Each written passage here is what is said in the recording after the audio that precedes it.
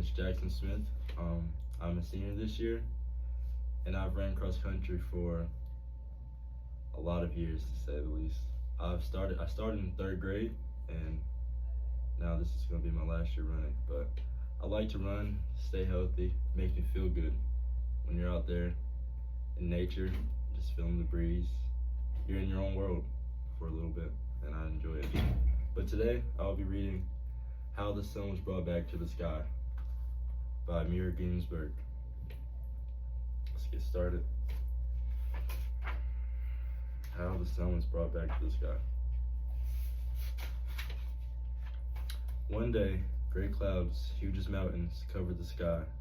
They stayed on and on and on, and the sun did not come out for 3 whole days.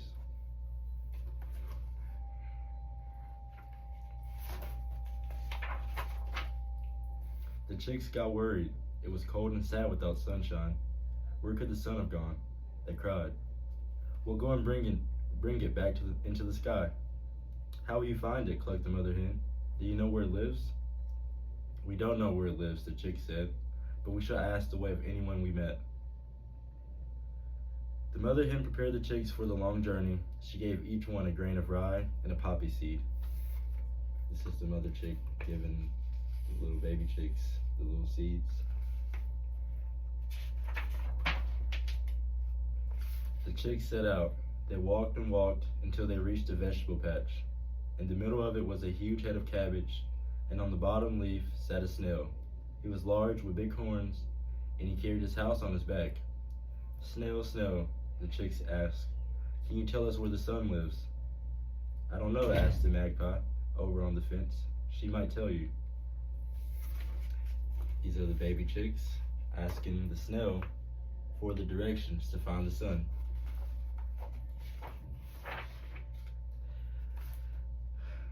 The busy magpie did not wait for the chicks to come to her. She flew down to them, chattering, clattering with her beak. Chicks, chicks, where are you going? Where are you going, chicks? Chicks? The sun has not come out for 3 days. We're going to look for it. I'll come with you. I'll come with you. Do you know where the sun lives? I don't, but the rabbit may know. His home is in the furrow right behind the cabbage patch, the magpie said. I'll take you there. So now, the bird is taking the chicks to the rabbit to find the sun. The rabbit saw that guests were coming. He wiped his whiskers with his paw and opened his gate as wide as it would go. Rabbit, rabbit, the chicks peeped. The magpie chattered. We are looking for the sun. Do you know where it lives? Well, I don't, but my neighbor the duck may know. Her home is in the reeds by the brook.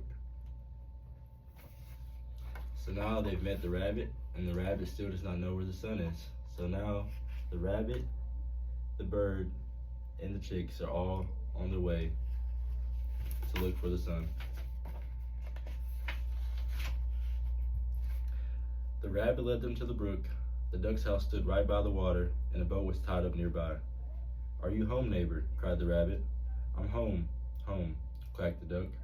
The sun's been gone for 3 days now. I can't dry out. Well, we're looking for the sun, cried the chicks, the magpie, and the rabbit. Do you know where it lives? I don't, but there is a tree across the brook. The hedgehog's home is in the hollow among the roots.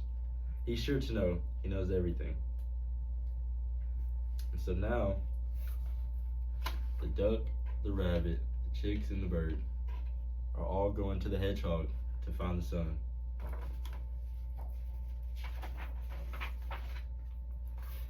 They got into the boat and crossed the brook. The hedgehog lay rolled up, dozing under the tree. Hedgehog, hedgehog, cried the chicks, the magpie, the rabbit, and the duck. Do you know where the sun lives? It hasn't been out in the sky for 3 days. Maybe it's sick. The hedgehog thought a while and said, of course I know where it lives. Behind my tree is a mountain. On top of the mountain there's a cloud. Over the cloud lives the silver moon, and from the moon to the sun, it's only a short walk. The hedgehog took a stick and walked ahead to show everybody else the way. So, now they're all gathered together, and the hedgehog is going to take them all the way to the sun, across the mountains.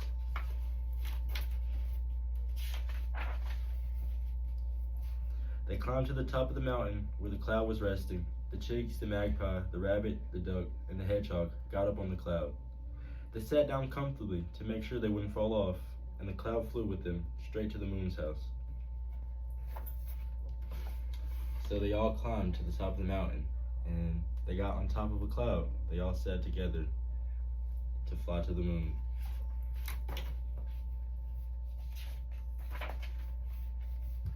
The moon saw them coming and quickly lit its silver horns.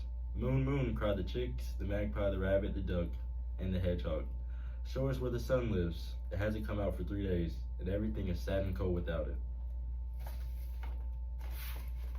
They flew to the moon, and then the moon let them on. And now the moon is going to take them to the sun. The moon brought them directly to the sun's house.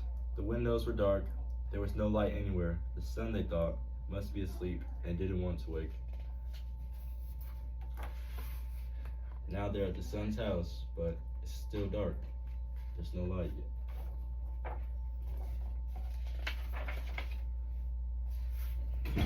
The magpie chattered loudly. The chicks peeped, the duck quacked, the rabbit flapped his ears, and the hedgehog banged a stick on the door.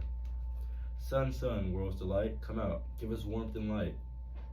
"Who is that shouting under my window?" grumbled the sun. "Who isn't letting me sleep?" "Your friends, the chicks, the magpie, the rabbit, the duck, and the hedgehog. We've come to wake you. It's time to get up." "Oh, oh," groaned the sun. "How can I show myself now? For 3 long days, gray clouds shut me out of the sky. I don't even know how to shine anymore."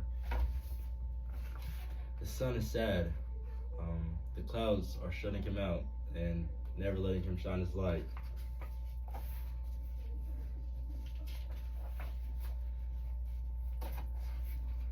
The rabbit heard this, and he ran down to the well and brought a pail of water. The duck began to wash the sun.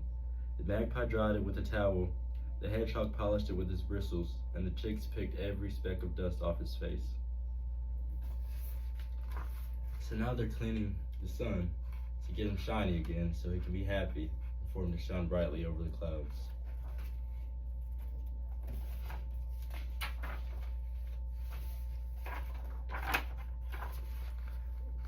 And now the sun shines brightly throughout the skies and everyone is happy.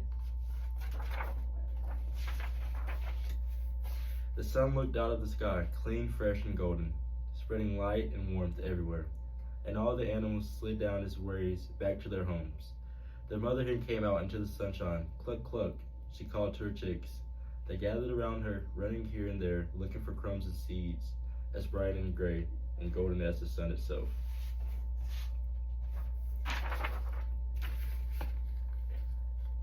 Everything's lit up, and the world is back to the way it was. And if you don't believe my story, look out of the window and you'll see. The hen is there, the chicks are there, and the sun is there. And doesn't that prove that every word I said is true? The end.